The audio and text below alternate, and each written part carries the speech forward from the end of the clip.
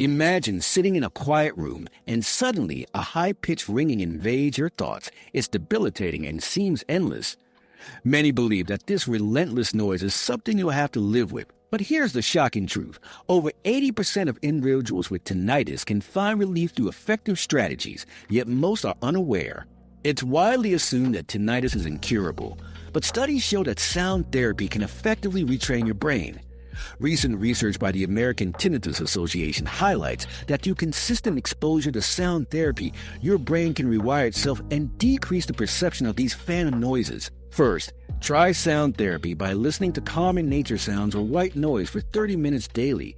This helps your brain shift focus away from the ringing. Second, incorporate mindfulness meditation into your routine. Set aside just 5 to 10 minutes each day to sit still.